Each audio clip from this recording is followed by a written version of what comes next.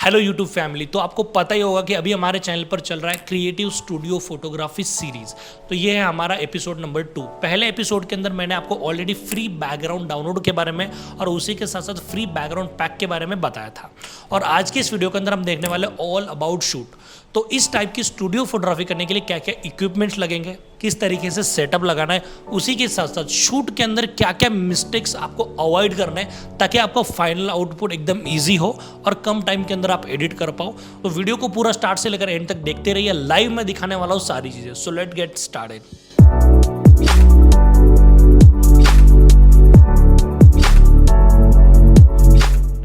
सबसे पहले आपको लगेगा डार्क ब्लैक बैकड्रॉप।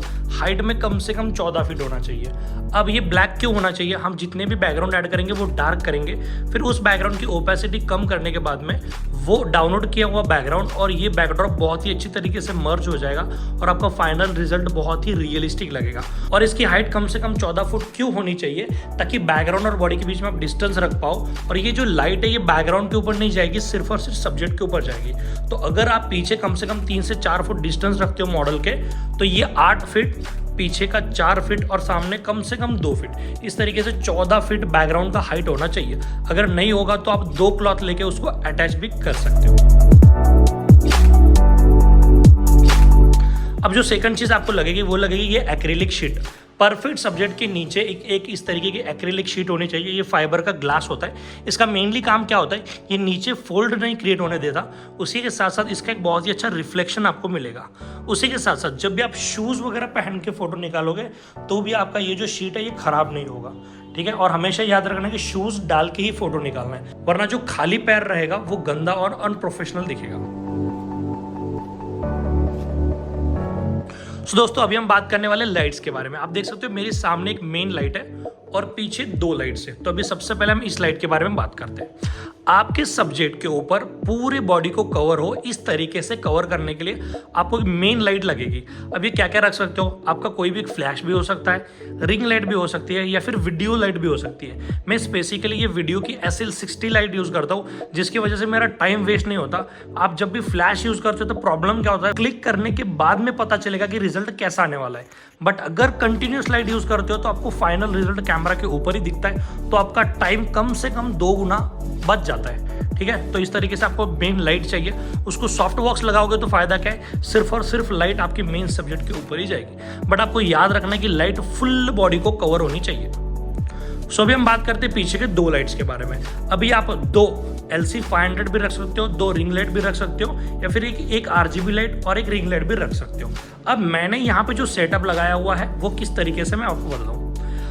अब ये मेरी मेन लाइट है। अब इसके जो अपोजिट वाला लाइट है, यहाँ से लाइट थोड़ा सा कम आएगा क्योंकि राइट साइड में ये लाइट है। तो लेफ्ट साइड में थोड़ा सा कवर अप करने के लिए और बॉडी और बैकग्राउंड को मर्ज ना होने देने के लिए ये लाइट मैंने लगाया हुआ है। अब जो दूसरे डायरेक्शन है ना, इसको मैं कलरफुल लाइट में डाल सकता हूँ, RGB में डाल सकता हूँ, या फिर किसी भी कलर में भी डाल सकता हूँ।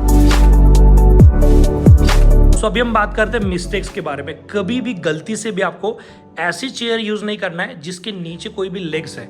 फॉर एग्जाम्पल ये स्टूल है। अब अगर आप इस टाइप का कोई भी प्रॉप या फिर चेयर यूज करोगे तो ये सिलेक्शन में बहुत ज्यादा टाइम वेस्ट करेगा और आपका रिजल्ट भी रियलिस्टिक नहीं लगेगा।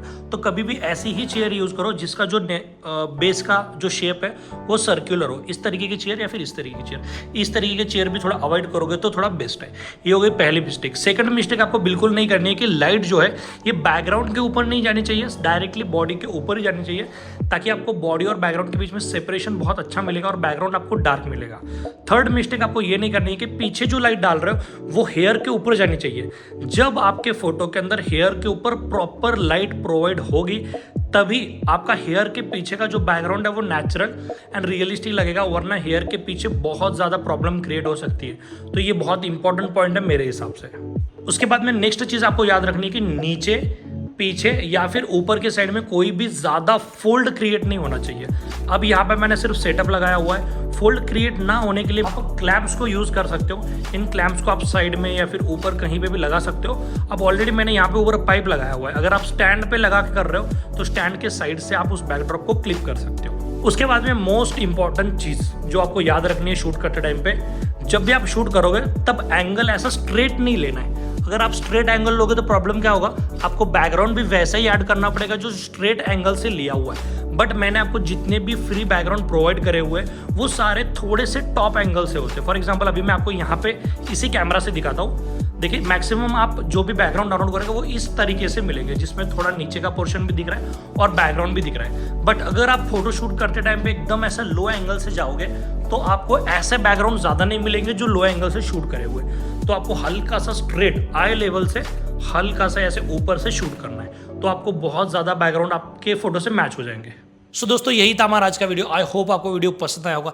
जल्दी से जाइए वीडियो को लाइक करिए और कमेंट बॉक्स के अंदर ड्रॉप करिए कि आई एम हेयर, मतलब मुझे पता चलेगा कि आप हमारे सीरीज के अंदर कंटिन्यू हो, तो मैं और भी फास्ट नेक्स्ट जो एपिसोड है लेके आऊँगा। सो मिलते हैं हमारे 3rd एपिसोड के अंदर, तब तक के लिए गुड बाय।